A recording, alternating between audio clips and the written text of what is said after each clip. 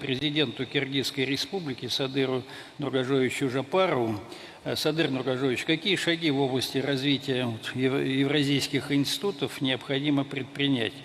Что из того, что уже создано, требуется поддержать, и какие, может быть, новые направления вы видите с точки зрения соответствия интересам и бизнеса, и общества наших стран?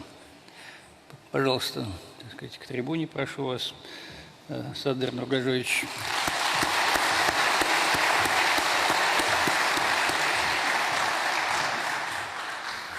Кстати, когда Садыр Нургажоевич первый визит в качестве президента нанес в Российскую Федерацию, на площадке РСПП он провел встречу с российским и бизнесом, с участием представителей власти и бизнеса Киргизской республики. Этот пример предлагаю тиражировать.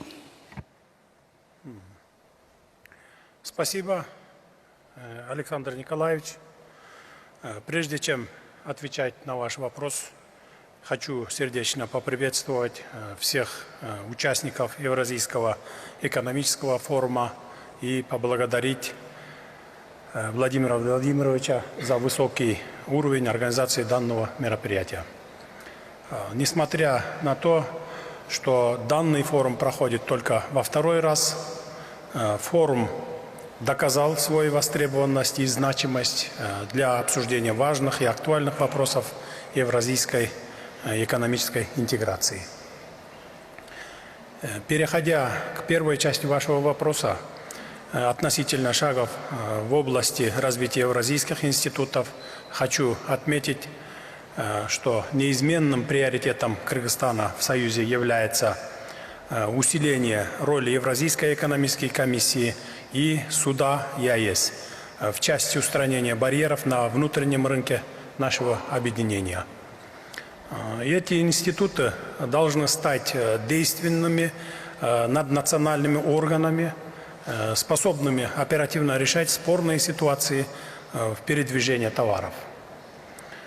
Для этого они должны иметь полномочия по проведению расследований о нарушении государствами-членами права ЕАЭС с установлением четких сроков для устранения таких нарушений, а также возможностью подачи исков в суд ЕАЭС о неисполнении государствами-членами решений в рамках Союза. Отмеченные вами институты, такие как Евразийское рейтинговое агентство и торговые дома, а также реальные потребности не только евразийских экспортеров и производителей с учетом складывающейся ситуации, в том числе различных ограничений, набирают особую актуальность также и для финансовых и государственных институтов. Евразийский экономический союз становится самостоятельным и самодостаточным полюсом экономического развития, и он может самостоятельно обеспечивать потребности участников внешнеэкономической деятельности. Создание Евразийского рейтингового агентства наряду с устранением ограничений, с которыми сталкиваются субъекты предпринимательства, позволило бы повысить уровень финансовой независимости стран Евразийского региона и активизировать инвестиционную деятельность. Я уверен, что защита интересов бизнеса и их поддержка со стороны государства является приоритетной задачей во всех странах ЕАЭС. В этом плане, полагаю, необходимым проработать вопрос целесообразности учреждения института бизнес-омбудсмена в Союзе. Создание такого института, по моему мнению, способствует усилению потенциала бизнеса, учета мнения и защите прав субъектов предпринимательства. В конечном итоге такой институт поможет нам минимизировать барьеры на внутреннем рынке Союза и сформировать механизм досудебного решения возникающих вопросов. Касательно второго вопроса.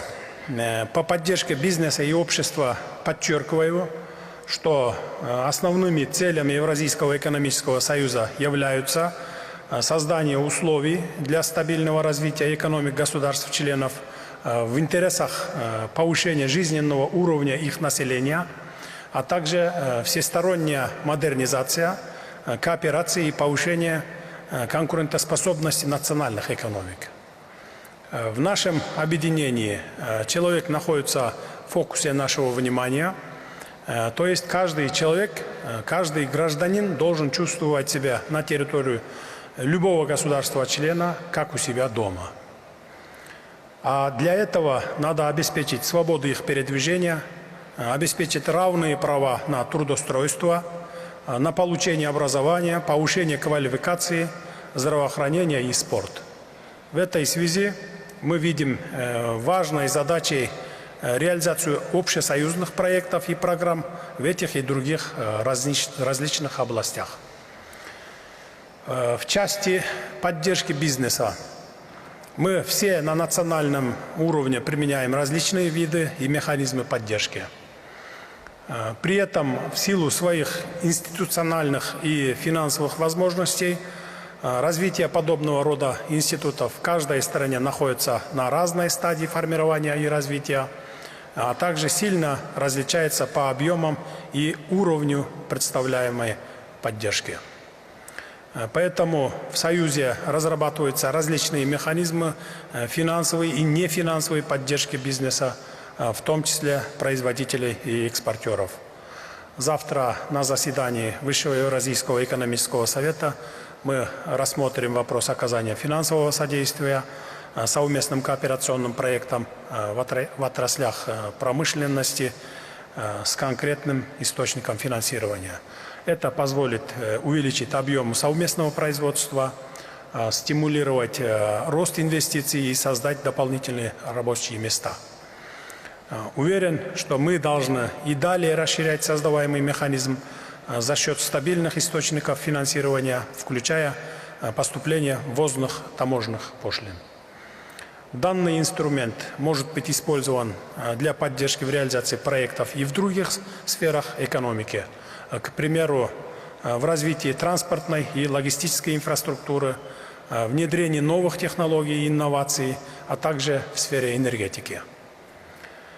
Еще один важный аспект – это объединение систем стратегического планирования государств-членов с тем, чтобы разрабатывались нужные и необходимые программы и проекты.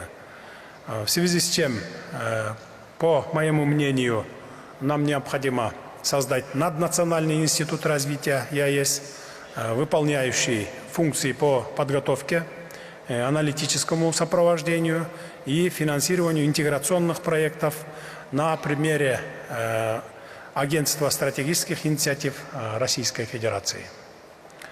В свою очередь, деловой совет ЕАЭС в лице консолидирующей структуры всего евразийского бизнеса должен не только активно участвовать во всех интеграционных процессах, но и активно выдвигать инициативы, которые необходимы для наращивания потенциала наших деловых кругов. Спасибо.